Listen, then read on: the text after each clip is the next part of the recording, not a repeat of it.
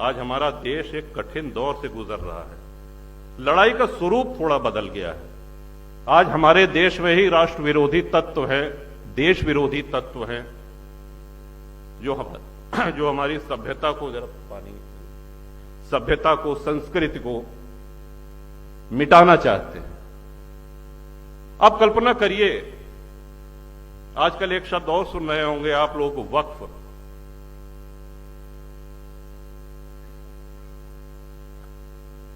ये धरती पे किसी देश में वक्फ बोर्ड नहीं है, सिर्फ भारत में है। किसी भी इस्लामिक देश में वक्फ बोर्ड नहीं है।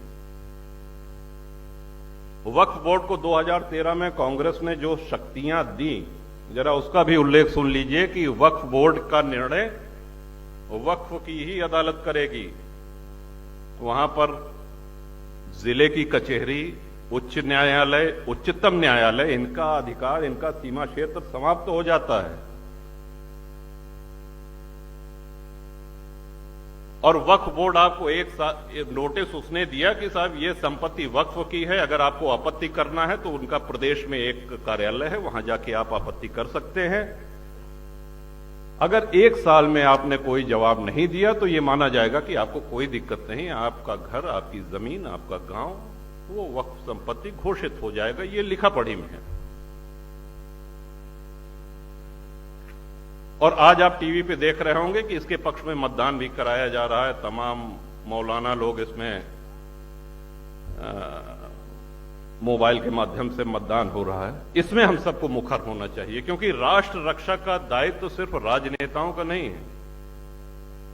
हम कुछ भी रखें, हम घर रखते हैं, अपने घर में हम सफाई करते हैं, उसकी रंगाई पुताई करते हैं, हम गौ पालन करते हैं तो उसको, गौ माता को भी चारा पानी देते हैं। यहां तक कि वाहन भी रखते हैं तो उसमें सर्विसिंग होती है, तेल पानी भराना पड़ता है, उसकी देखरेख करनी पड़ती है। आज हमारे नेता अगर ये कठिन निर्णय ले रहे हैं तो उनको प्रोत्साहित करने की आप सबको आवश्यकता है, हम सब लोगों को आवश्यकता है। ये राष्ट्र हित,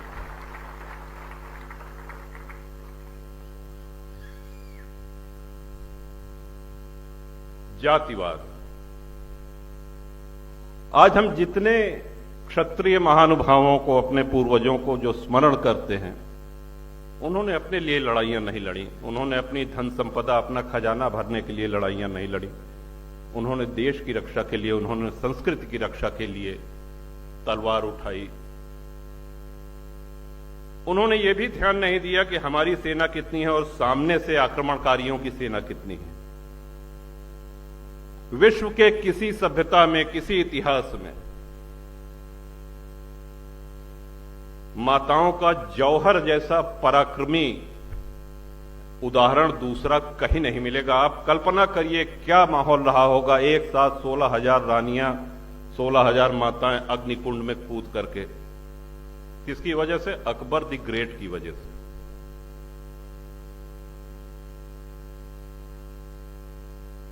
और आज शिक्षा हमको और सुलभ हो गई है। आज ये सब सारी जानकारियां हमको नेट पे उपलब्ध हैं।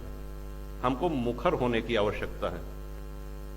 पहले हम ये कह सकते थे कि साहब हम कोई राजनेता नहीं है, अगर हम बयान देंगे तो पत्रकार छापेंगे नहीं, छपेगा नहीं, सुनेगा नहीं कोई, कौन पढ़ेगा।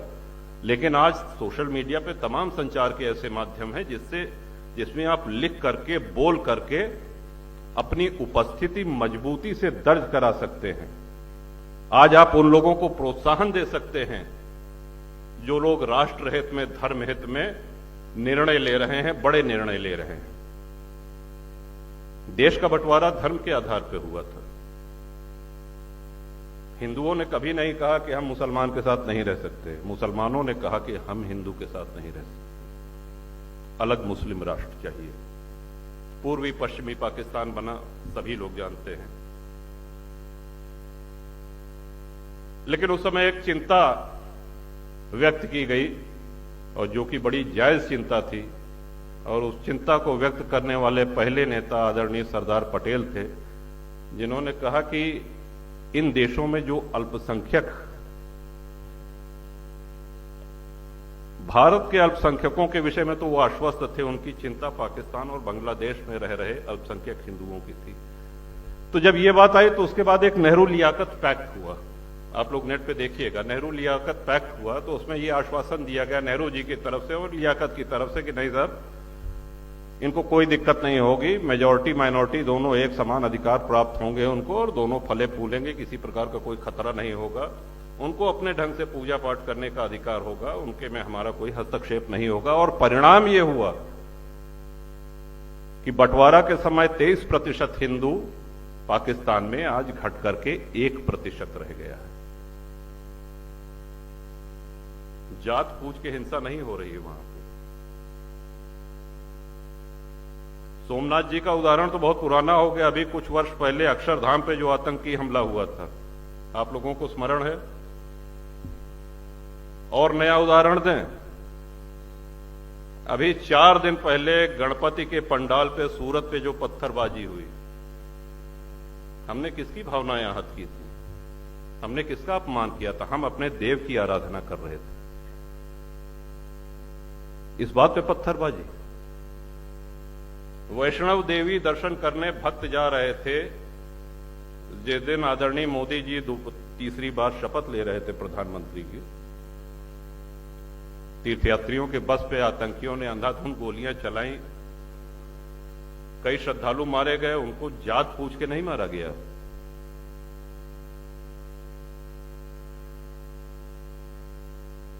उनके लिए भारत का विध्वंस ये एजेंडा है। और हमारा एक निवेदन, हमारी एक बात बिल्कुल समझ लीजिए कि हमसे ज्यादा सेक्युलर कोई हो ही नहीं सकता।